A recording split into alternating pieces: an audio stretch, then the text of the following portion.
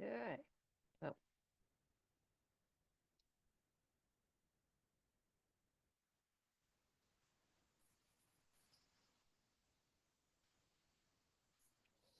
hey, Erin, how are you?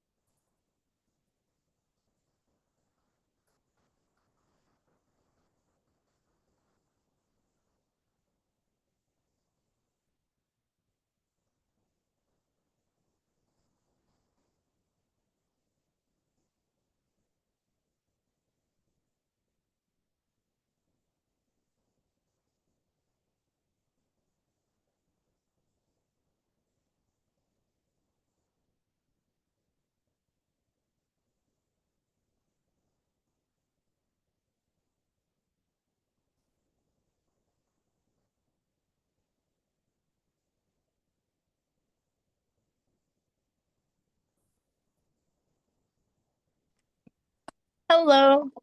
Hello. Let me get the audio on one sec. I'll be right in. Can you hear me all right? I can hear you. Perfect. There you are. Hmm. And there's Terry. Hello. Hello. Oh, you've got the thing that works. Your blur works. Let me see if I can make my blur work. That's okay. There we go. I don't even know how I set that up years ago. Mm, I like it. I've got a few people that I Zoom with for other meetings, and they have like beautiful, landscapes of the Rocky Mountains in the background. And I'm like, how do you do that? That's just not fair. I like the one with all the library books in the back of them that Mm, probably haven't read a single one. That would be me. yeah. Every once in a while, if there's nobody else in the house, I will Zoom from downstairs. And then, yes, I can put my library in the back, and it looks very impressive.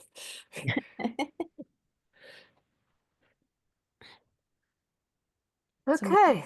I had, Yeah, hey, can you hear me? It's John. Hi, John. I can hear you. You'll get looped Yeah, you in. can't see. I'm driving right now. I'm gonna be home in a Okay. minute. I hit a ton of traffic. I was in New York and got Uh-huh. just absolutely destroyed. But I will be home in 5 minutes. Okay. Yeah, oh, just you can listen until then. My husband had to come down from Windsor Locks this afternoon. There was like a tractor trailer accident, so he was like, he's like, fun. Oh, And there's yeah. Cecilia. Yay. Okay.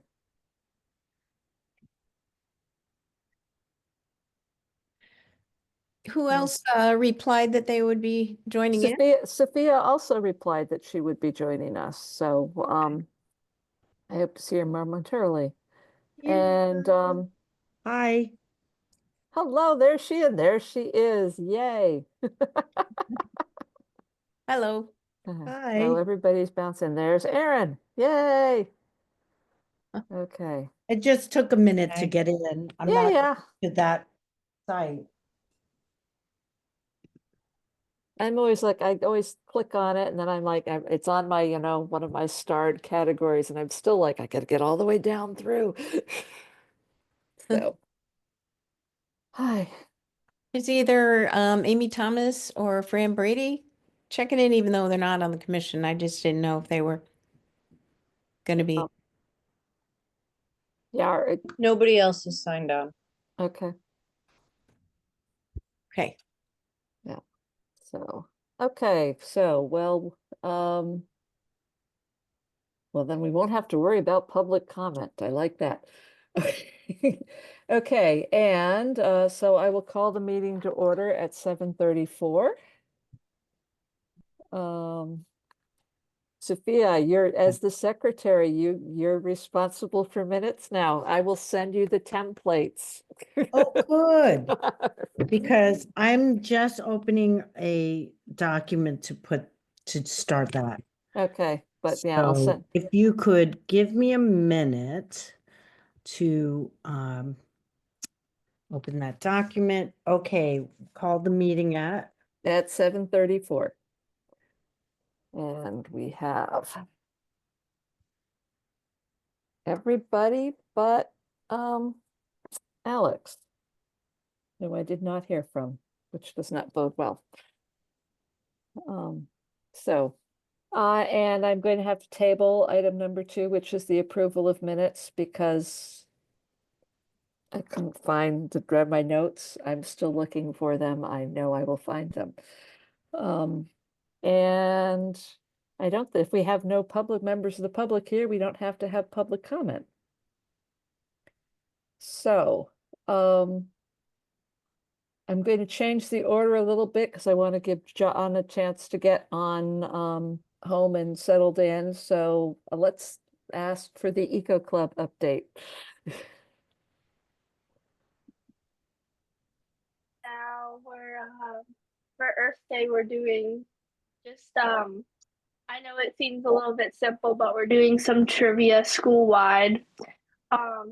So people who get the trivia right will be rewarded prizes like gift cards. So just trying to spread the word of Earth Day, Arbor Day, and Dark Sky all in one. There's a bunch of trivia for each, so that's what we've been doing. Excellent. And yeah, just Yeah. hydroponics on a school-wide level. We're trying to launch a school run, like a school-based business. Not really a business, but um, like access to hydroponics grown in our garden Mhm. at school. So that's what we're doing right now. The shift in third trimester has made us lose a lot of members to spring sports. So Mm, dwindling, very dwindled. Mhm. Yeah, attendance there, but we're trying our best to recruit and keep going. mhm. Yeah. So, yeah, it is unfortunate this time of year usually pretty sad. Mhm. Yeah, well, between that and SATs and AP exams and everything else, Yeah. everybody kind of is going insane, I would imagine. Definitely. Yeah. But, Yeah. yeah, I think we've been pretty good, like despite it all, like considering. So, Mhm. so yeah, that's pretty much what's been going on so far. Yeah. Is there any way you can get the word out at school tomorrow about Green Up Cleanup Day on Saturday? Yeah, of course. Yeah. It's this Saturday, right? It's this Saturday. Okay. It's technically the booths will be staffed from 8 to 12, but the dumpsters are in place all weekend. So if people want to do cleanups and just, take a picture of their pile and then dump it in the dumpster, that would be astounding. Did they, Perfect. What were you gonna say? Sorry. Aubrey, do you use social media to pass that kind of information along at school? Yes, I don't run the account, but my co-leader, he runs the account. So yeah, we basically put like any like news like Earth Day, etc., like happenings environmentally on that. But I think that's a great idea. I'll definitely do that. Okay. And I'm gonna text the chat right now of all our members. Um, or Okay. after rather. Mm-hmm. And Okay. I know there's the two events. It's what's it called? Yeah, there's May the 2nd and May 3rd. May 3rd and May 4th. It's the Saturday and the Sunday. So I'm going to ask for an opinion on the May 4th one, which is at the Guilford Green. So we'll jump around just a little bit, but I'm sorry, my life has been rather overwhelming. And No. Saturday the 3rd is going to be the one of the plant sale, and we're definitely having a booth at that, but I'm not sure if we've got enough interest to staff 2 booths on the same weekend. So Okay. yes, that's my question is, but on Yeah. May 3rd at North Madison Congregational Church, there will definitely be a Conservation Commission booth. And we will definitely be promoting pollinator plants and cleaning up invasive plants. So if any of your group wants to come and help me spread the word about the wonders of a pollinator garden, that would be great. Sounds good. And I know I have it written down. That's on a Saturday, right? That's the Saturday, and that's May 3rd. The sale is from 9 to 1, so booth setup will be about 8:30. But Okay. anytime during that any of your members want to show up, that would be great. Okay. That sounds good. I could probably stay for half of that myself because I have an AP exam review day in my class. Oh, Um, yes, those are important. but I'll definitely show up for as much as I can with that. Okay. And, For other members that are online right now, what are your feelings about May 3rd and May 4th availability, interest in staffing? I mean, I can provide stuff if people want to go sit on the Guilford Green, but I don't think I'm going to be capable of being there. So are we talking first May 3rd plant sale or May 4th Guilford? Well, okay, so May 3rd, we will definitely have a booth because that's when we're definitely committed to. May 4th, we are not actually officially committed yet because I don't think I ever emailed Doug Clark back. But if people are interested, that one's like 2 to 4 in the afternoon. Are you, I'm just taking notes, Heather, and I'm Mhm. just wondering, since we were talking about the May 3rd North Uh-huh. Madison Congregational Church, Mhm. do you want to first go through staffing that? Okay, well, I will definitely be staffing that. Aubrey says that she'll be available for part of the time. Who else is available? Anyone? Terry, I was actually at the meeting today and your name came up in other they expect you to be doing other things during that day. Right. Oh, okay. Yeah. Yeah. I'm physically limited in what I can do, but Exactly. I know I'll be at the plant sale. You know, I'll be at the plant. Yes. Yeah. So you can come over and sit and at our side if they try and make you do things that are too strenuous. Yeah. I Sounds could. Okay, oops, I need to go back to anyone else going? So basically, right now, we have Aubrey for first half, and Heather, you will be there for the entire time. Heather, entire time. Anyone else? Well, I'll be at the plant sale as part of the plant sale event itself. So whenever Okay. I'm needed for the Conservation Commission table, I can do that too. The Guilford Earth Day Expo, I have never attended that, so I am not sure. It's only year 2, so. Okay. Yeah. So all is involved in that? Well, basically, it's a large number of nonprofits and school things that basically have set up booths and provide information, and people walk up and down. And yes, last year was the first year that they did it, and the weather was miserable. I remember Sophia, we were freezing our tails off, to the point where they actually shut down an hour early because it was miserable. But they set them up all along the green, and they had people doing wildflower identification. We had our invasive plant stuff, and the people that are running the East River research program were there. And there were about 20 booths offering It's supposed to be information. 1 to 4. Is it 1 to 4? Well, that's what I have on my calendar. Okay, so that probably is what it is. Yeah, because I think we were there for 2 hours. And then they let us go the third hour. So Okay. maybe I was just in my mind going, wouldn't it be nice if it was only 2 hours? Yeah. What is 1 to 4 again? Is it Saturday's event? That would be or- that would be the Sunday event, which I'm like, if nobody else is available or interested, I'm just going to write to the chair of the Guilford Conservation Commission and say, sorry, we're not making it this year. So, Too many conflicts. yeah, so this is my question. What, it's a nice event. It was terrible weather for us. hmm It was wet and cold and windy and rainy, right? I think it was at least a week earlier last time. Maybe that's why it's in May this year.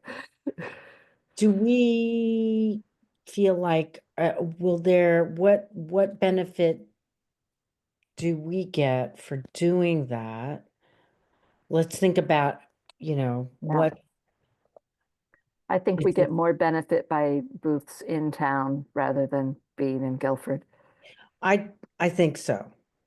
What I'm wondering is, would it be a duplication of effort if the Guilford Conservation Commission is there? Would there be any I- overlap or any reason for Madison Conservation Commission? If there is, I mean, I'd be willing to go as long as there's no physical setup. Yeah, I'm trying to remember what they had last year for a booth. Yeah, there were different organizations. There is a lot of similarity, I Mhm. think. Yeah. Hmm. Hi, John. Hey, sorry. What time is it? So unfortunately, I have to go to a funeral on Saturday. So Oh, yeah. what time are the different? All right. I missed what you said. Okay, yeah. So Saturday which is not this Saturday, but a week from Saturday, May Oh, a 3rd. week from It's Saturday. a week from Okay. Saturday. Okay, yeah. So this Saturday is Green Up Cleanup, and that's 8 to 12 at the Roberts Okay. parking lot. A week from Saturday on May 3rd is we'll have a booth on pollinators and invasive plants at the North Madison Congregational Church plant sale. Got it. I should be free. A week Okay. Saturday. This Saturday, I'm going to a funeral. Okay. Yeah.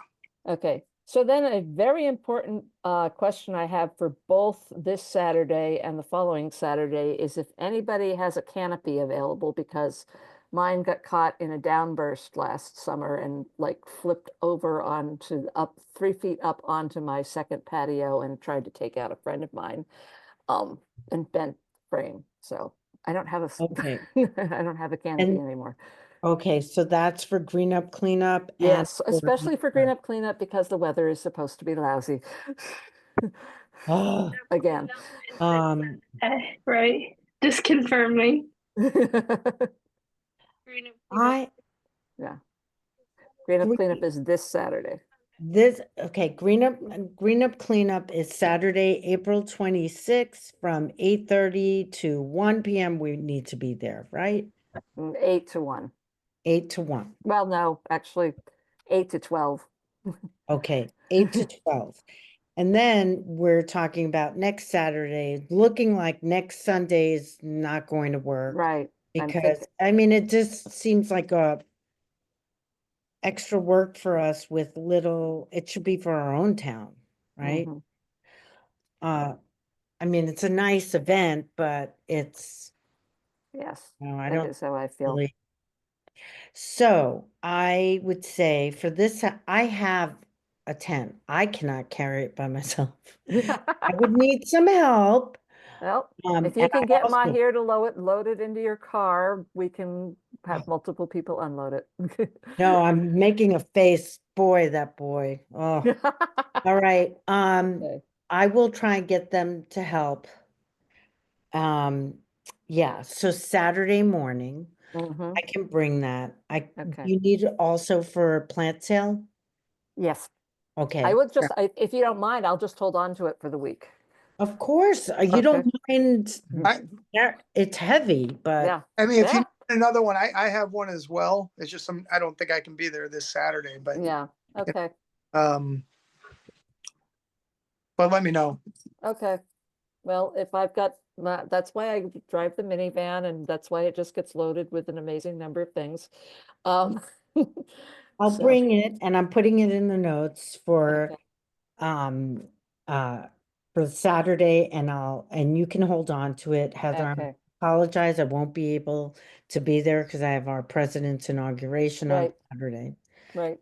So Yep. Well, I if you can can drop say, it by and set up, and after that first hour, you're free to go. yeah, and then I'll just make my way to New London. Okay, great. So we've got Yep. Saturday 26th and Saturday, May 3rd. Yep. Also, Perfect. I'm also coming to the plant sale. Okay. Uh, Excellent. So, I'm able to attend, but like whether or not my other members of the eco club, some of them have already said they could not Okay. attend. What would be the like anything I could do to help with that, or like bring anything For the this May 3rd, Saturday? This Saturday. this For Saturday. the plant sale. Well, you can bring material that you want to display for the Eco Club. So if you like want to tell people about the hydroponic stuff. And also it's going to be basically we're going to be handing out materials and trying to get, encourage people in from the parking lot. So, and frankly, I would bring warm clothing and a hot drink. Yes. Supposed to be that nasty this Saturday? Yes. Really? Yeah. Gosh, When you're From standing there from for like so 6 to long, 12. Yeah. too Yeah, bad it's- it wasn't today. I mean, today was just beautiful. today was divine. Yes. I don't know, but sometimes I think if it's as nice as it is, I'd rather be at the beach. Yeah. Yeah, well, what we end up what we end up doing a lot of times when we're like, if it's so miserable, because we're like Austin, who's had a beach and rec, can't we have a rain date? And he's like, no, but the dumpster's there all weekend, so just tell people that if they don't want to do it Saturday between 8 and 12, they can do it when it stops raining at 1 o'clock, and then just bring the stuff. Or they Yeah. can do it anytime on Sunday.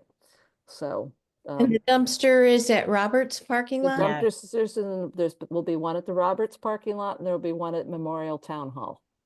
And they're huge. They're like, Yes, yeah, they're the big dumpsters, so. Last year, somebody brought in, they cleaned out one of the land trust properties, and they brought in an old grill and part of an old bicycle. And they were like, the neighbors must have just been dumping stuff back here for years, but they got it all off the land trust property, so that was good. Nice. Where's this dumpster again? I'm so sorry to ask It, again. it's That's at okay. Big Y Park. I'm Big Y, Big Y. Roberts The Park. Roberts parking lot, which is Okay. so if you come up to North Madison and they're on Route 79, there's the circle for Route 80. You go east on Route 80, and there's a little shopping center. So we'll be right in there. That's right, you're a downtowner. I know. I've only been here for 4 years and I feel like I'm still new.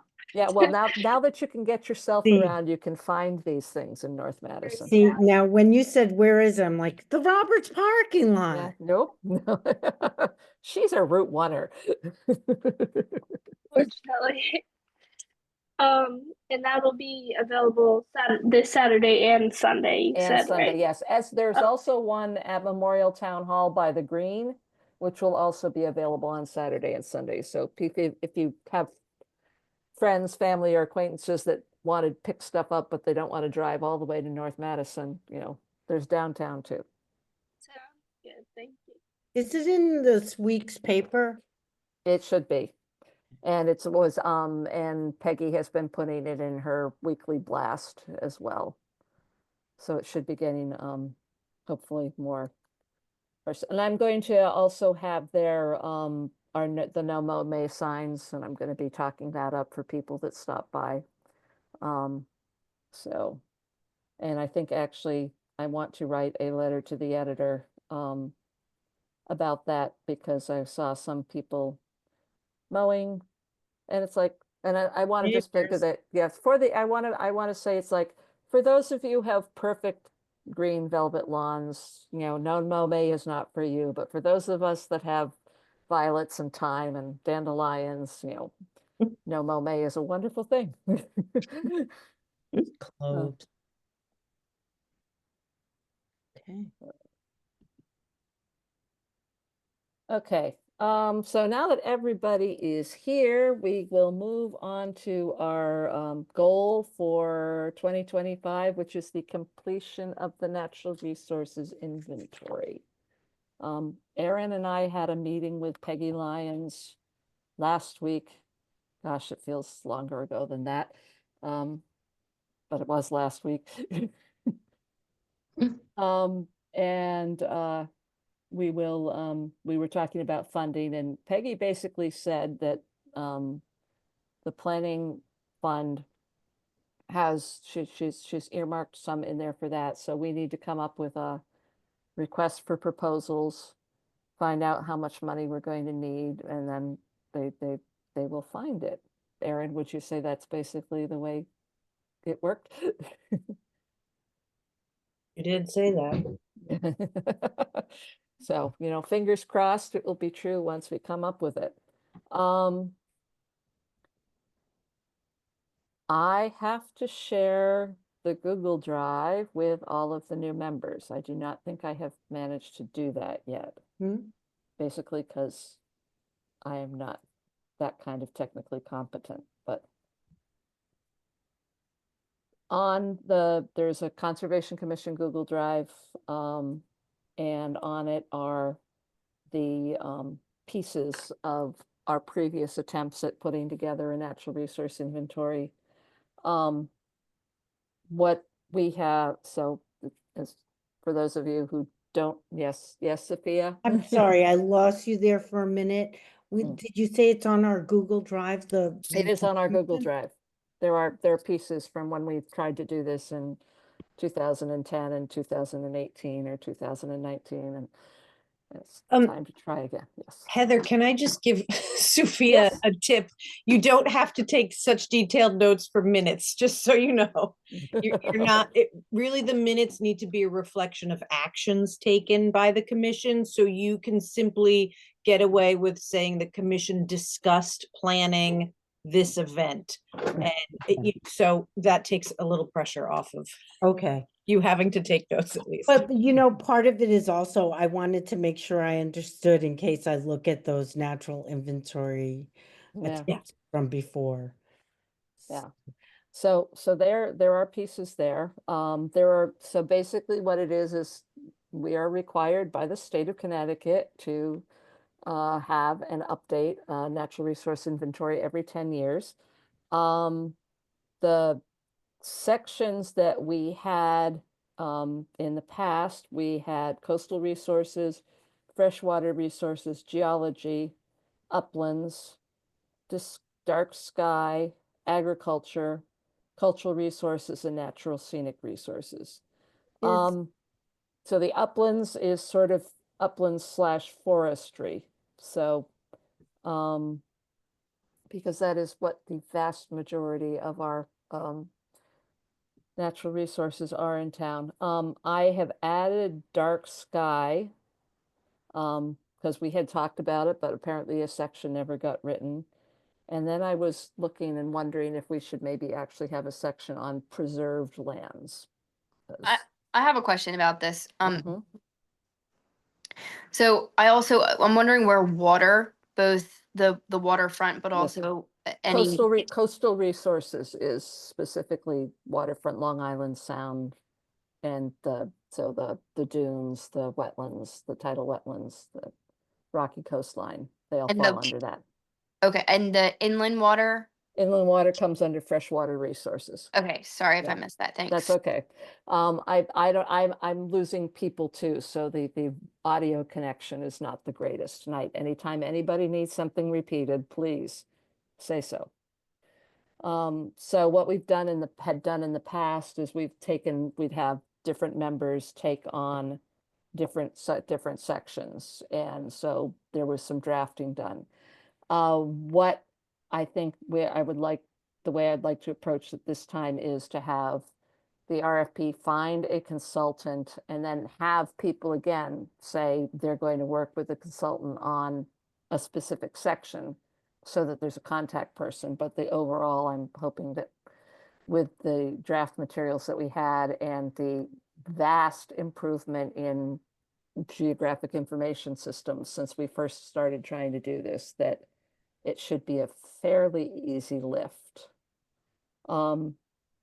Some of the other natural resource inventories that I've looked at have done things like wildlife resources, like they've like documented where there's all where the beaver ponds are in town. They have documented things like rare and endangered species and how they got the natural database, natural diversity database to let that stuff loose. I'm not quite sure.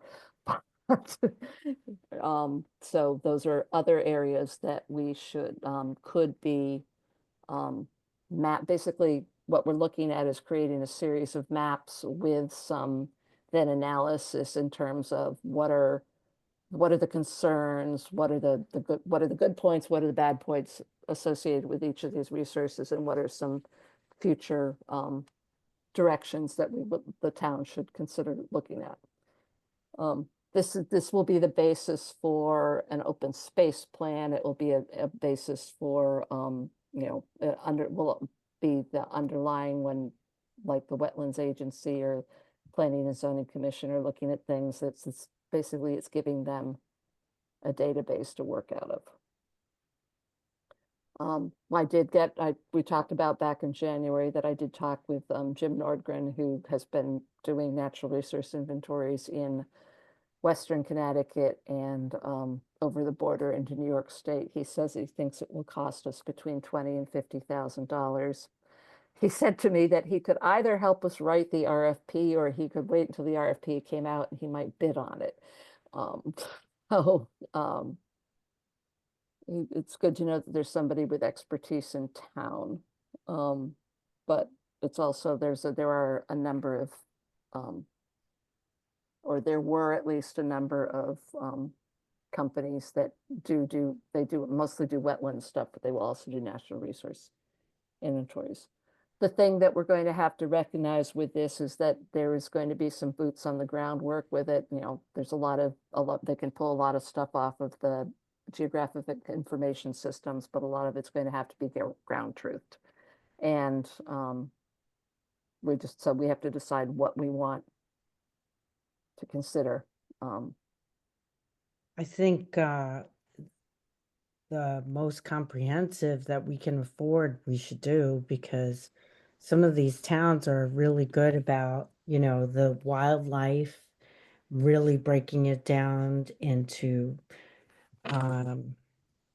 all the details of the different kinds of wildlife and whether we're talking about what kinds of freshwater areas and soil types, right? And all of that, and acreage of each, and what kinds of habitats. I think the habitats are important. Yes. Because otherwise we keep running into the problem of construction and what we're doing and what the town is doing. And I think we would like to ideally have the town make some more serious regulations about zoning, right? Yeah, the other thing that has been discussed on and off, and I think it came up in this last one, is whether or not the natural resource inventory could tie into the tree management issue. Yeah. So that if we could at least get a layer that would look at, what's our percentage of deciduous trees, what's our percentage of Yep. coniferous trees, what's our percentage of dying trees. They can do that with aerial photos these days. So Yeah. I might also suggest in that case the heat island effect in terms of like coverage of trees to like thoroughfares and roadways. So when that water gets superheated in the summertime in the blacktop, and then that temperature differential goes directly into waterways, that actually does have a fairly significant, can have a significant impact on wildlife in those waterways. But when Yes. there's canopy, and you have less heat island effect, it won't be, it's not quite, there's not as big a heat differential.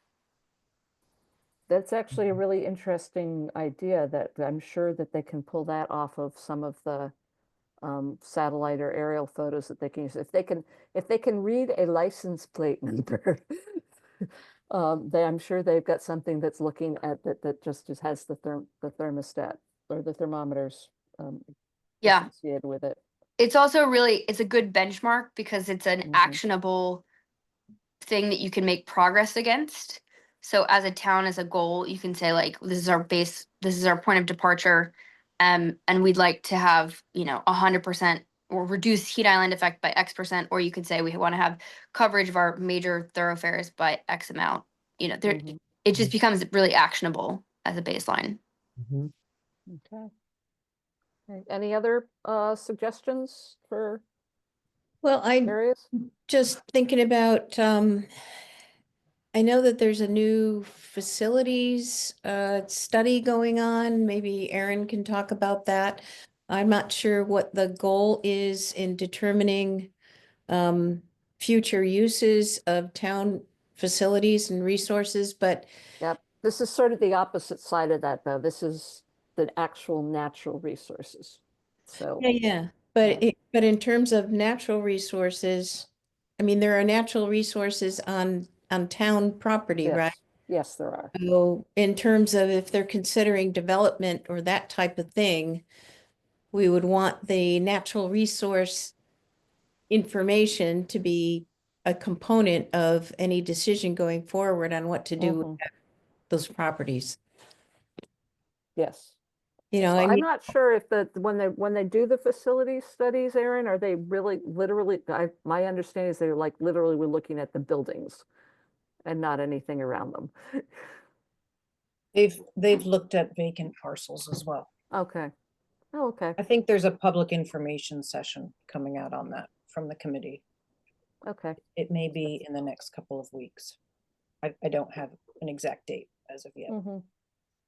so my point is if Mm-hmm. we're looking at open land and that kind of thing, or even not open land, but forested land that the town owns, then if they're considering selling whatever parcel, what would that impact in the natural resources of Madison? Would it create erosion in the Neck River or, the Hammonasset River, that kind of thing? So it Mm-hmm. does dovetail into town planning with regards to land use and water use, water Mm-hmm. resources. Okay. Adding that to the You- list. I have a question. Mhm. Any of you looked at the Sustainable Connecticut's natural resource inventory stuff? Like, Yes. They make it so hard. yeah, I was just wondering. Yeah. No, one of the things if when we complete this, we will be able to get ourselves an extra, 20 points. It's like, it's not actually worth, they don't make it worth what Yeah. it Yeah. is in terms of the planning. There are some good guidance documents on creating Mhm. the Yeah. inventory. The commission had a presentation, I think the Planning and Zoning Commission as well, from I think it was Quinnipiac law students Yes. who did a paper and a presentation on how to create a natural resources inventory. So we have a lot of at That least, may actually be on the Google Drive too. yep, we have that. We have examples of RFPs to put out. I think the RFP can be drafted pretty quickly. Mhm. I'd actually like to Hey, say, do we know who they go out to? Do we have, They'll go out to various consulting firms. I know, You no, can use the state bid page and put them out, and it gets posted. There's a legal notice that gets posted. It gets posted on the town's website. And most of these companies have search mechanisms where they're picking up these requests from various municipalities so that they could respond to them. Then A does lot of the same. anyone have a same folks. relationship with any of these firms? What's that? Does anybody have a relationship or already existing relationship with any of these firms? We have the right to send to individual firms, yes, but it has to be a Yeah, you have to have a bid. vetted public No, I bid know. process. I get that. I just didn't know if anyone, if we knew of anyone or any of us. I mean, I don't have a relationship with any of these, but if anyone actually knows somebody who, that would make it, in terms of if they have a connection or a relationship with one of these firms. That's all. Yeah, we can, some of our neighboring communities have done these recently as well. Yeah. Reach out to them and find out who they work Good with. views. Yep. I think that's always a good idea. Okay. Yeah, a lot of these towns, they all say who composed besides the Conservation Commission, who actually composed these natural resource inventories. Mhm. And we can, Right. I don't know, what goes into a call? Do you have a template, Erin, about how we call for bids? Yes, so we have some standard language that goes into a request for proposals. You can do a request for qualifications and proposals. Then you end up getting some information a little more information about the firm. You can go about it a couple ways. A request for qualifications alone isn't necessarily going to give you prices. So if you go Yeah. that route, you end up looking at, determining which consultant you prefer, and then seeing if you can come to a negotiated cost. Sometimes there's a benefit in asking for both. Most consultants will come back and ask you what your range is, because they don't want to be the outlier usually when they come back. Be the outlier. You won the bid. How Yeah. much was I under? Yeah. 50,000. But now, so in a case like this, we don't have to necessarily go with the lowest bid, like for a construction bid. Mhm. You do have the town has discretion, and the town doesn't necessarily have to go with anybody if there's, if you don't get any good responses.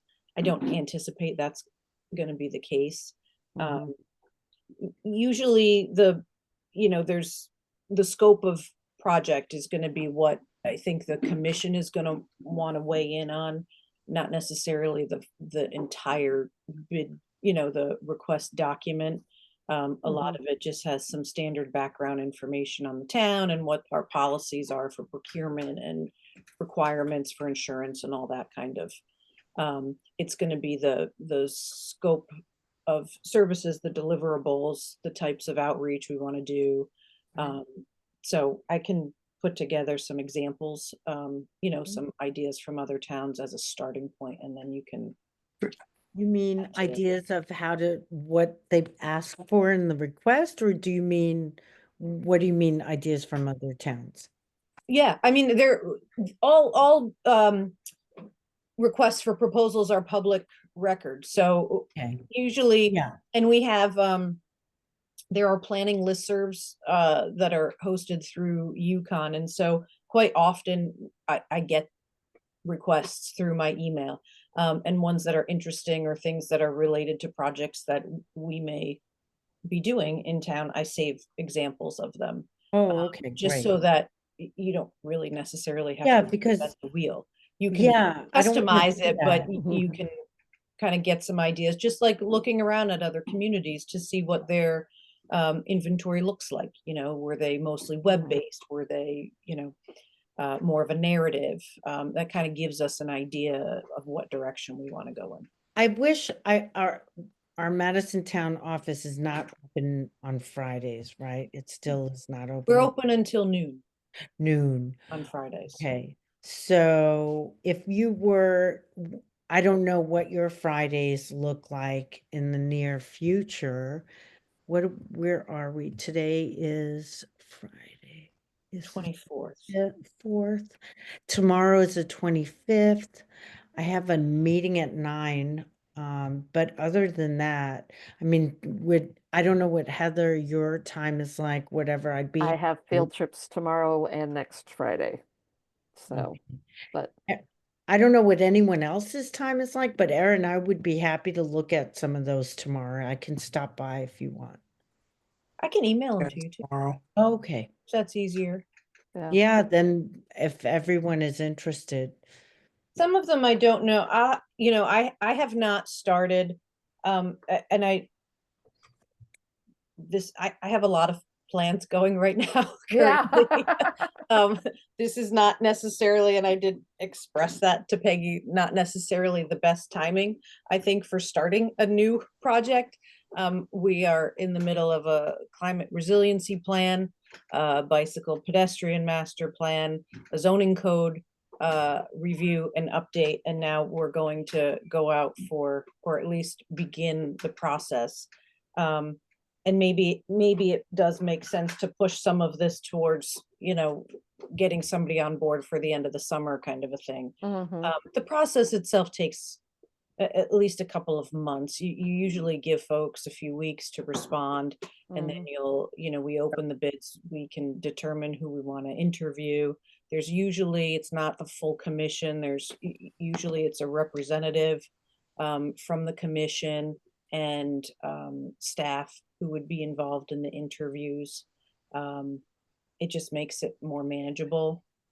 I know you've had difficulty, some of you, in getting to meetings as well and fully taking on some of these projects. So I don't want to bite off too much and assign things to folks that you may not be able to accomplish those tasks. So if that's the goal, Heather, is to assign specific tasks to specific commission members, I do want to make sure that that's something that can be achieved.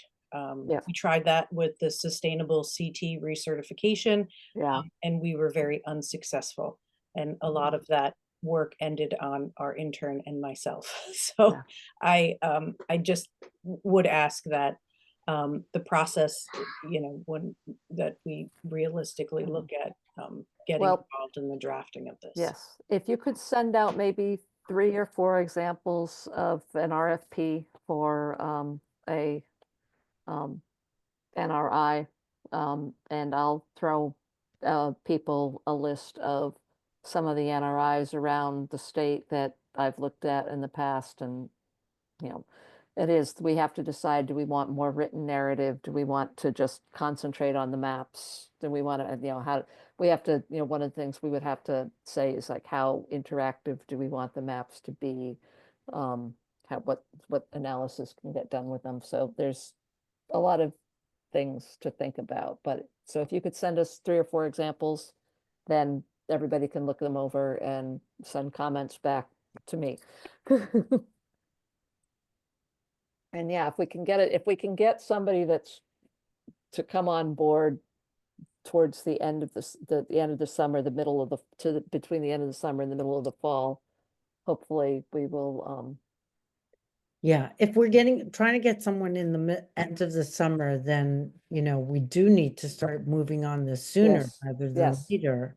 Yeah. I think we have much time. Yeah, it always goes so much faster than we think it's going to. It's not a lot of time. Summer is, July and August. Mhm. And we need Is there a deadline? There is not a deadline. We are so far out of compliance Oh, with the state statute right now that, it's like, this should have been done, let's see, by 2011. It's Oh, God. 2025. We haven't got a first one yet. okay. So which is why it's like, I'm like, okay, this commission will be 20 years old next April. We will have a natural resource inventory by then. But yeah, it's a good thing they don't, it's a good thing that we're considered advisory and that there's no, Do you know, although there could very well be at some point a if somebody was getting very litigious, they could say, well, how did you make that decision without an official natural resource inventory? Right. Do we have a budget? Well, that's why if we come out with an RFP, what Peggy said, fingers crossed, and I'm going to get it in writing, is that if we come up with an RFP, the town will come up with the funding. Okay. There is a dedicated planning fund. It's been used for many different things, and Erin has just mentioned 3 of the things that it's being used for already this year. So, So is it realistic for us to be able to do this by, really plan to have someone in place by August, end of August? I was thinking more like RFP going out August, having somebody in place Oh, by like October. because that's what I was thinking, like Yeah, crazy. yeah, We won't be able to do yeah. it. We'd have to do it now. Okay, that makes sense. Is there a certain season or time of the year where it would be more conducive for this inventory to be realized? If they're going to be using drones to look at Well, things? that's part of it. A lot of it will be done with existing aerial imagery or the state level geographic information system data maps. Then we or the consultant, depending on what level of data we want, will have to figure out where we're going to have to do ground field work or ground truthing. So yeah, some of it's best done like leaf off. Other stuff gets done with leaf on, like we're talking about like the forestry inventory. You want to leaf off because then you can see the deciduous versus the evergreen, but you want to leaf on so that you can see where like the percentage of dead trees is. So the people that do this stuff, they know what they're once you tell them what data you're looking for, they can say, okay, well, we've got this, we got this, no problem. This one we're going to have to go out in the field for. So, That the timing I think is fine because it could span through the fall, winter, and then into the yeah. spring. It's not going to Yeah. get done before the spring. So Mhm. that gives you both seasons. Yeah. Okay. So yeah, if you send those, I was going to say, Erin, you and I should get together next week, but if you send those out, maybe the week after that, you and I could get together and do some more talking about what we want for. And also, like I said, I will send you guys the links, and I will get somebody to figure out how to get you all or you can do that. You've got the Google Drive now on the town server. I can do It's- it right now. Yeah. I'm in Okay. it. Awesome. Get all the So- new people on. So she'll What's send you the the- Google. I have another question about I'm sorry, I have one more question about this. What's the minimum at least? Don't we have we need to understand like, what's the requirement in the state of Connecticut of the minimum of a natural resource inventory? Yes, we do have that.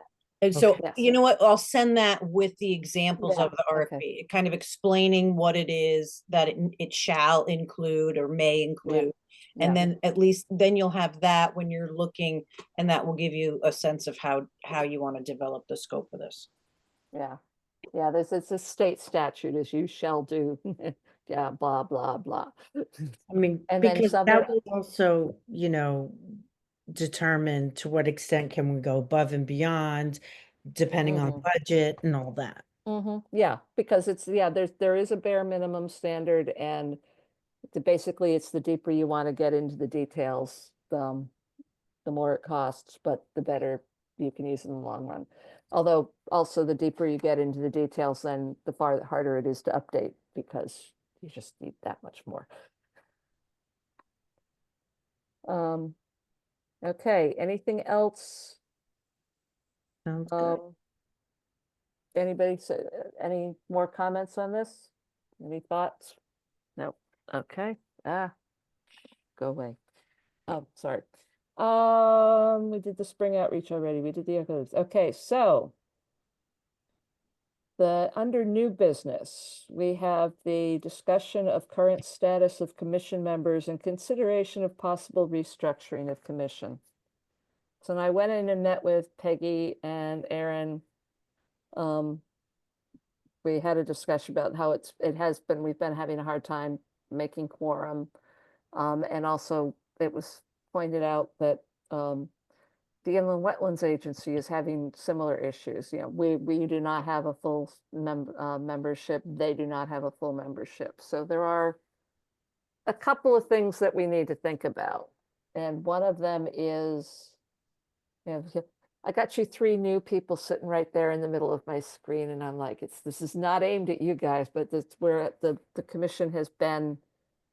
We've had a hard time getting anything done. We've had a lot of turnover, and we've got to figure out, and it's getting harder and harder to get volunteers that can do stuff. So Peggy floated and I guess Aaron, you did too, floated the idea of maybe we could combine some of the commissions. And one of the ones that are regularly combined in the state of Connecticut are the Conservation Commission and the Inland Wetland Agency.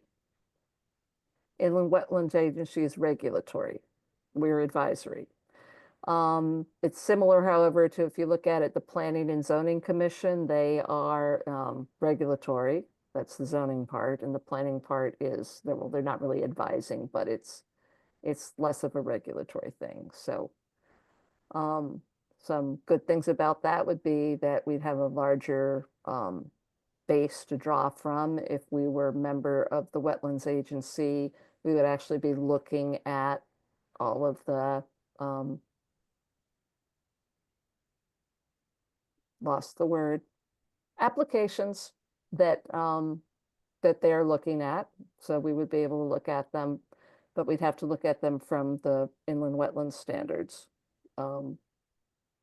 They're also some of the drawbacks are that a lot of it, sometimes when agencies have been combined, they then split back up because the planning and advisory stuff and education stuff ends up taking a back seat to the regulatory stuff. I don't know that I'm going on 20 years with this. So I've been through a lot of different versions of how things are working in town, how things are not working. But it's something that I think needs to be discussed, and especially if we're going to be doing more, you know, if we want to be more active, if we want to be showing and really making a difference in the community, we need to figure out how we're actually going to get things done. I will take comments, questions, or whatever after that. Or Erin, would you like to add anything to that? Sure. That was a good summary of our conversation. The Inland Wetlands Agency has 7 normal, regular members and 3 alternates, and they currently have 4 vacancies. And so this sort of stemmed from the, Heather bringing up that it's challenging to get a quorum at meetings and could use some new members. And really from a priority standpoint, as a regulatory agency, that would be the first of the, as a priority to fill vacancies. And one of the goals of the charter was to, the charter rewrite was to recognize and our strategic plan is to recognize the sheer volume of committees and boards that we have in town, and to try to consolidate those where possible. I've worked in, that was a suggestion that I made. I've worked in communities where the Conservation Commission served as the Inland Wetlands Agency as well, and did it very successfully. And I've worked in other communities that have had them separated. I think rather than trying to pull some like-minded individuals into 2 different communities or committees, it may be worthwhile to try and see if on either board, if folks may be interested in doing the other role. The one challenge that I do see just right off the bat with our current composition of both boards is minority representation. So the statutes require various parties to be represented. And these are both heavily stacked with one party. So, I think some of that may come out. There is technically room for everyone who currently sits on the Conservation Commission and the Inland Wetlands Agency to fill a board serving both roles. But because of the composition of all of our members, we would not be able to use every member on that commission. So I guess this is an opportunity to see if you have an interest in moving in that direction. We just did a similar consolidation with the Coastal Resiliency Commission and the Flood and Erosion Control Board, and they were merged under the new statutory commission. And I always say it wrong. I think it's Flood Prevention, Climate, and Resiliency Board. There's no easy acronym for that group at all, unfortunately. So I mess up their name every time we meet. But that process took a lot of education for the folks who were involved to determine if they wanted to take on that flood and erosion control, authority. And the same may be for you. So I think if you'd like to learn more about what, the roles of both agencies, that's fine, to help make a decision. We have not yet had a conversation with the Inland Wetlands Agency or Kealoha, the chair. That's something I'm happy to sit down with Maria Patola, my wetlands officer, and do. But it seems like a logical move if we're having trouble finding volunteers to try to just merge us into one board. Any initial I just, reactions? okay, I have a question about the representation aspect. I get that we need more of, we want even-handedness in the party selection, but if people from that party are not interested, why does it have to hold us back? What is it? I don't get it. Then we don't get anything done for the town. It's a state statute. It's not a local Okay. law. That's what I wanted to know. Yep, it is a state statute. And it does allow, it still allows the tipping of the scale, but and it takes into account unaffiliated members as well. And I think we may just be off by one or two. Okay. It's not but that is real. So Yep. I'll unaffiliate. that's the truth, that as we currently stand with our members on both agencies, it would not legally work. Right. So that is a hurdle. So I have a question about where you've seen this work well in other places, or in your experience in other places. Could you just highlight why it works well to have the two combined? There's two things that come to my mind. One is efficiency, which I think is interesting. And I think that the cross between the goals and the sort of priority setting aligned with regulations, so that they there's a connection point between the projects we want to see in the community and how that bears out in terms of how we apply regulation. Seems like it could makes sense, at least to me, as far as I understand it.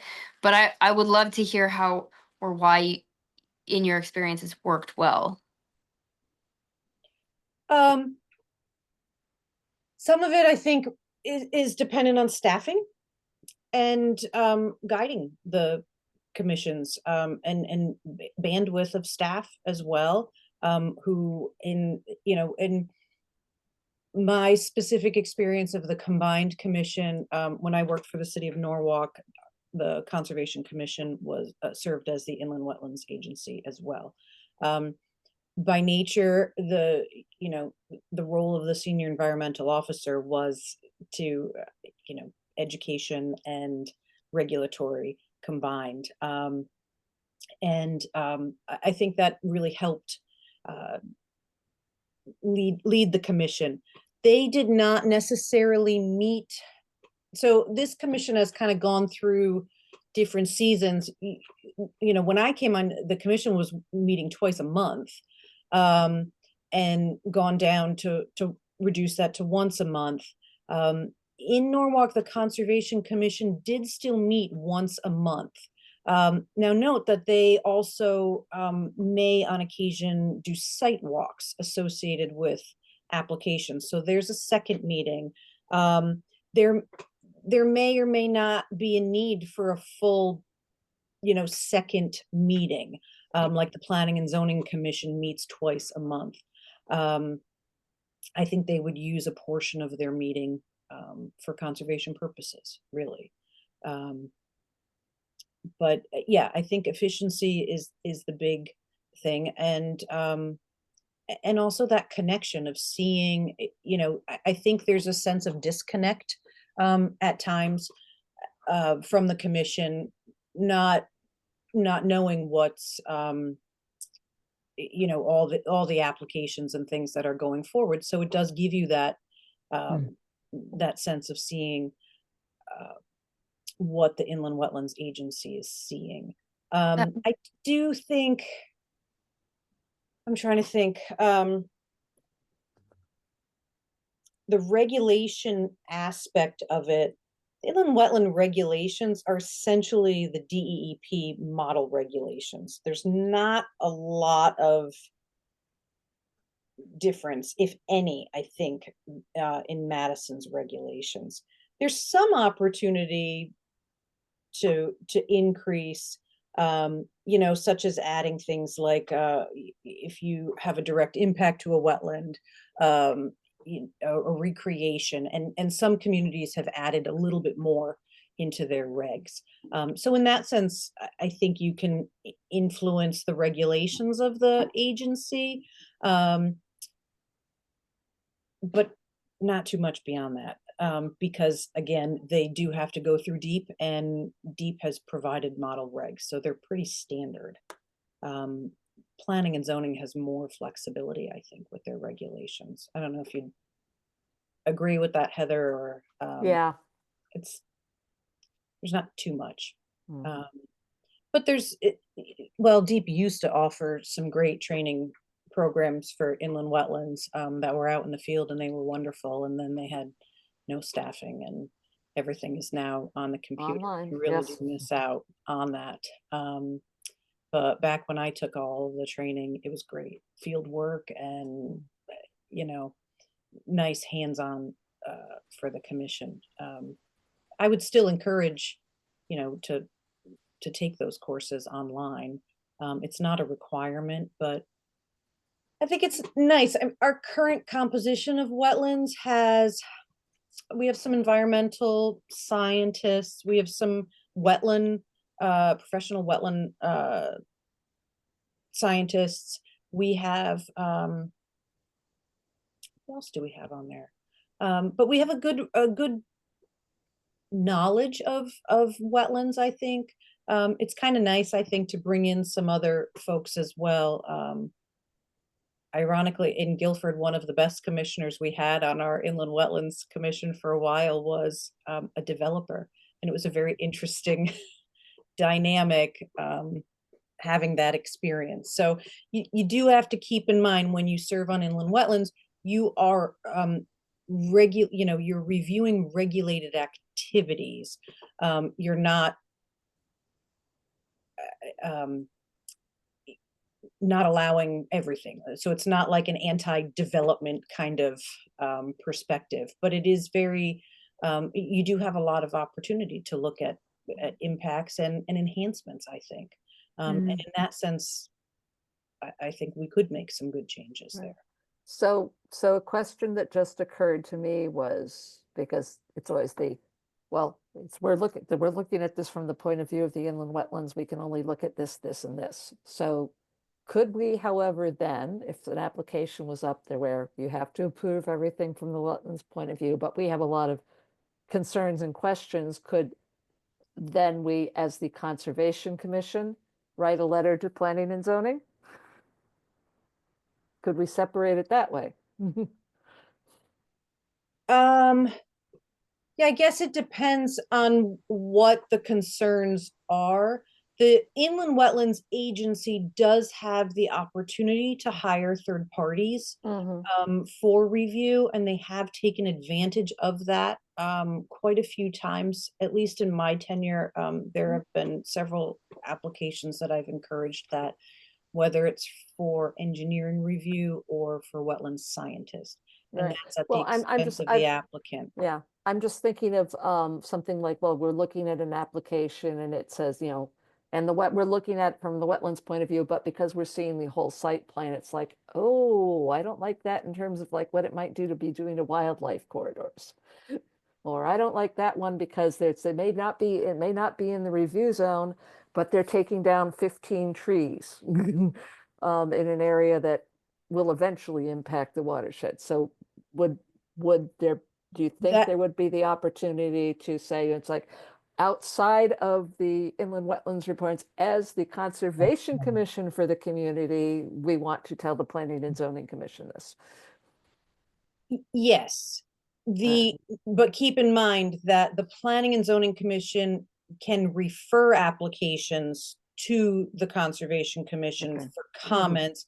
It doesn't necessarily say that the Conservation Commission reviews all application, you know.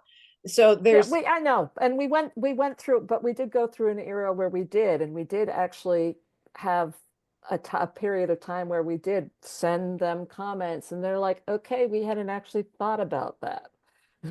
and So- yes, I think some broader, you know, what you mentioned in your noticing, you know, wildlife. Yes, wildlife cannot be under the inland wetlands review unless there's a direct impact to an inland wetland. Exactly. And then you can consider wildlife. So there, you know, I think you have to look at that. And the commission may, yeah, I mean, I guess it depends on how the Conservation Commission is going to be commenting. Are you going to take an opportunity for every single application to comment and review for that? Our meetings are going to get very long. No, I'm Um, just saying, it's just and- like, I'm just thinking that there are times when we might look at an application and say, okay, from the wetlands point of view, there's absolutely nothing we can do about that. But from the planning and zoning point of view, Well, and can I just, I would can I not ask want, yeah, sorry to interrupt. go ahead. I worked for a community improvement district in Atlanta who had the purview of reviewing but not approving new developments. And the role there was to ask questions and to educate new developments on what the goals of the town were or the CID was. So it was not there was no oversight, there was no over the as a body, we did not have oversight privileges. We just were able to ask the questions and then say, like, are you aware that the town has a goal of XYZ? This project either aligns to that and we're excited about it and we want to give you we want to congratulate you and blah blah blah, or say like, this makes it harder for us to achieve that goal. What can you do with the project to remediate that and help us continue to move toward the goal? So is that kind of is that something we might be able to do?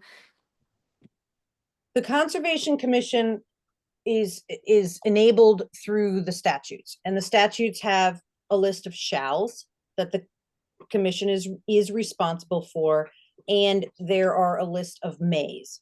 And there is a history of the commission and with the Planning and Zoning Commission and reviews of applications. And we do have an opinion from our town council at the time that kind of goes through what the roles are.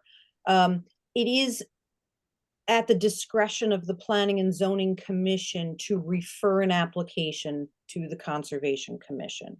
So just because and I think that's where you'd have to look at some of these applications, Heather, just because there's an application to the Inland Wetlands Agency because of a regulated activity does not necessarily, I think, invite reviews of all of these applications through the conservation lens as referrals to conservation from P&Z.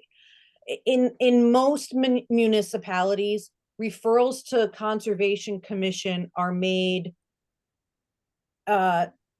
regulation changes, sometimes map amendments as far as changing where uses are allowed in town and what impacts that could have on natural resources. Clearly, any planning process, POCD, regulations, and any other plans. The other one would be subdivisions where there is an instance, in subdivisions, there is a requirement for dedication of open space, or if that is not appropriate, a payment of a fee in lieu. So in instances like that, that can be beneficial to have the Conservation Commission weigh in on the value of a proposed open space or lack thereof. I'm speaking currently in our regulations. Another would be like an open space, some of these floating zones that have concepts of preserving more open space to allow cluster development, that kind of a thing. But generally speaking, most land use applications are not referred to conservation commissions. That's just, I think it's somewhat unique that was done in Madison. And I think that was an arrangement that was, Well, they were, I mean, I'm worked out. thinking like the Longshore Lane, that was a subdivision application. And Yes. yeah, and there were a few others. It's like, but like the new road one, we've never seen that. Never. So, Correct. For the and Plan Development District. yeah, it's like that went, we had no input is- to that at all. So, But I mean, is it seen as a problem for conservation? Because I know this happened just when I started getting on board. So I'm curious, what is the ambivalence about having any engagement with views of the Conservation Commission? I don't think it's, I think, I can't speak to what kind of initiated getting feedback from town council or, what occurred. That predates my tenure here with the town. I think it is at the discretion of the Planning and Zoning Commission. As I said, they're the regulatory board. They should be the ones, if there's a requirement or a need to seek input from the Conservation Commission, then you're there to offer that. Have they opinion. ever saw a need to seek, advice from the Conservation Commission? I What's think that? Heather said in 18 years that she's been with the Conservation Commission that nobody's ever asked for the Conservation Commission's input. we have never don't think that's- actually, we have never actually had anything officially referred. Never. You did several, I mean, I found Okay, files and Rev- files of conservation reviews of applications. Yes, yes. At the time, it was a understanding between the Inland Wetlands Agency and the town planner that, yeah, here's some applications, but the Planning and Zoning Commission has never said, Conservation Commission, we would like you to look at this. It was always I went in, talked to the town planner, he's like, yeah, you guys should look at that. There has never been a formal request, and particularly for a town project. There's never been a formal request for input. I mean, I can't, I think as a recommendation from the commission, as part of the update to the zoning code. You can, look for opportunities in that, as far as subdivision process, where that can be put in. I think some opportunities have changed also. Coastal site plans, the staffing that we have, the abilities to have third-party reviews, the ability to refer applications to deep for comments. Sometimes the commission listens to for a coastal site plan, has DEP do, a checklist and offer comments, and that's what was used. I mean, I don't have an answer for. Which makes sense. I mean, That's in that gonna case, be- you're looking at actual, expertise in a particular thing that may not exist in a professional sense, at deep that exists. So that makes complete sense to me that that would be referred to a professional service rather than the commission that may or may not have specific expertise in that. So I think that makes perfect sense. I think we're just trying to suss out what the role of the commission is when and if combined with, or at least for me, I'll just speak for myself, is combined when combined. And I do have to, I'm sorry to do this, but at 9, I have a hard stop at 9 o'clock, so I want to make sure that in 10 minutes. Yep. I don't think any of that's defined, Cecilia. I think this was more of, to listen to some initial feedback, see what, questions are or suggestions. Like Heather, I don't think I have an answer at this point of what that looks like. But that's one thing that's coming out. I'd hate to have the opportunity to respond to something as the Conservation Commission disappear because now we're also the Inland Wetland Agency. Well, it depends on, and like you said, what hat you're wearing. Yes. At the time, and how you're looking at an application. And that's going to be something that's important for both sides to kind of, whoever our membership is, to understand. I do the same thing, in staff reports for the Planning and Zoning Commission. This application is before you here. You are acting in your planning capacity in reviewing this. You are subject to this, you're reviewing these regulations, so that they, are learning in what roles they act in that sense.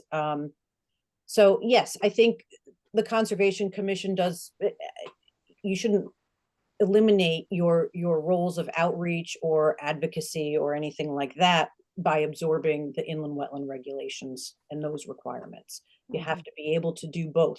What does that look like specifically? I don't know. This is part of like building it out. If this is the direction we're going, we have to try to pick those shalls and mays from the statutes that are most important and incorporate those into what the statutes say the regulatory board has to do. So how and when does that decision get made? It's up to the Board of Selectmen. The charter exists, and the charter indicates that the town shall have a conservation commission. So the commission cannot be eliminated town without changing the charter. It doesn't mean that the Conservation Commission can't serve as the inland wetlands, or the inland wetlands serves as the Conservation Commission. It still exists, just be in combination with something else. Yes. Exactly. I think it's something, if, after talking to wetlands and seeing if they, floating it by them, seeing what their questions are, then we start drafting, looking at the two documents and try to draft a charge that works. And then ultimately, it's the Board of Selectmen's decision. It's an ordinance change. So it needs a public hearing, and then they would go back, they'd have to reseat individuals for that new commission, reappoint folks. And that's where you'll get to decide if you're really interested in that and you like that idea or not. Yeah. So That's sort of since where you we are. already said when you send out the RFPs, you're going to send out the statute on how the conservation For the commission NRI, shall- for the You want me to NRI, do the conservation too? Yeah, the Yeah. conservation, going to do the inland wetlands statute too. Send that out just so people can see what the two differences are in terms of this is what the Conservation Commission shall do. This is what the inland wetland agency shall do. And you also said you would send us, Erin, the regulations on what at least the end of the. That's what, yes, Yeah. that's what I had. I might just split it in 2 emails so Yeah. you can keep all the would be NRI great. stuff searchable Yes. in your Yes. email, and we'll put Thank you. Conservation Yes. Commission separate, so we Great. can keep it that Okay. way. Okay. Great idea. Okay. So Moving if you think on. of anything else, though, let me know. Yeah, yeah, Oh, Thank absolutely. you. Moving on, we still need to elect a vice chair. Sophia has graciously agreed to be the secretary so that I no longer have to take the minutes. Thank you, thank you, thank you, thank you. That's easier for me right now, now that I have a new, like, member of my household. Or my responsibilities, people I'm responsible for. But we do need a vice chair, who basically the role of the vice chair is to learn what the chair does and sub in for me in running a meeting when I'm not here.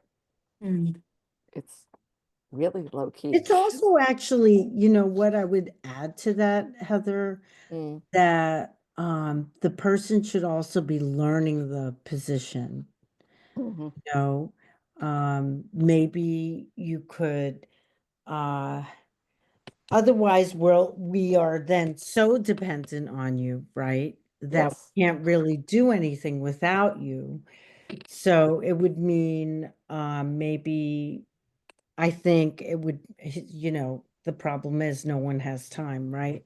But we would need someone to be able to, you know, learn all of this stuff. You've been there 20 years in that position.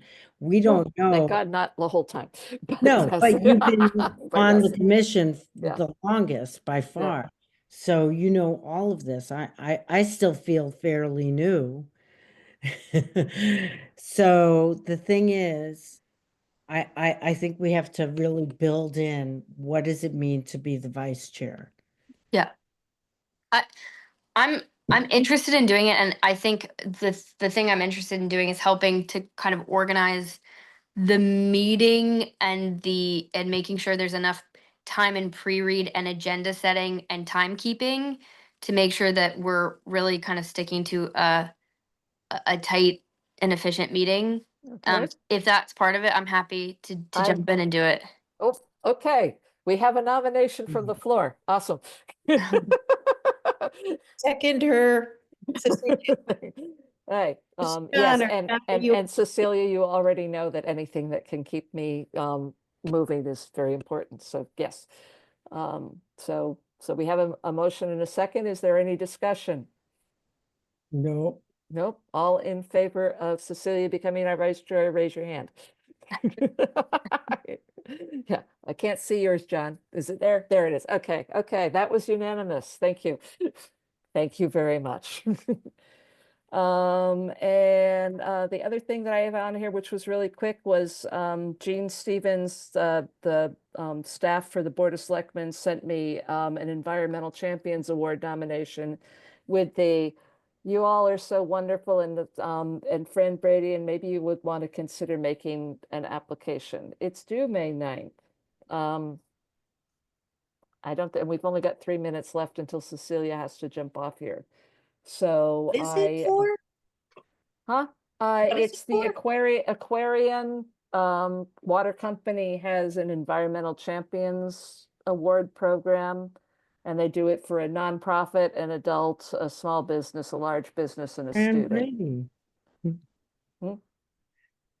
And anyway, Jean was suggesting that maybe the Conservation Commission would like to nominate Fran Brady. Yes, Yes. I will. Okay, so Sure. absolutely.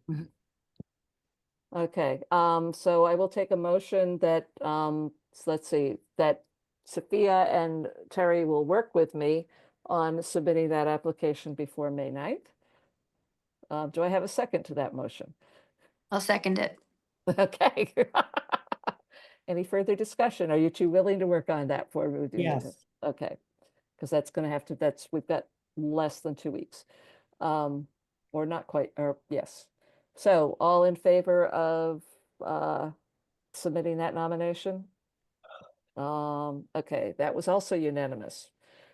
Sophia, you'll see when I send you the template that there's a place where you're going to have to fill all of that stuff in for the agenda. So the last thing on the agenda, with 1 minute to go before Cecilia, is just comments from the town planner. Anything you want us else you want us to know about that's going on in town? No, I feel like I talked enough. Okay. I'm sleepy. Yep. Okay. In that case, I'll take our favorite nomination from somebody. To close the meeting. Yes. Now, Yeah. Great. Okay. John says we're adjourned. Cecilia says we second. Everybody else say wave your hands, say yay, and thank you Thank you, for a Heather. wonderful all right, meeting. thanks. Okay. Thank Thank you Good so you. night, much. everybody. Thank you, Good night. everyone. Good night. Good night.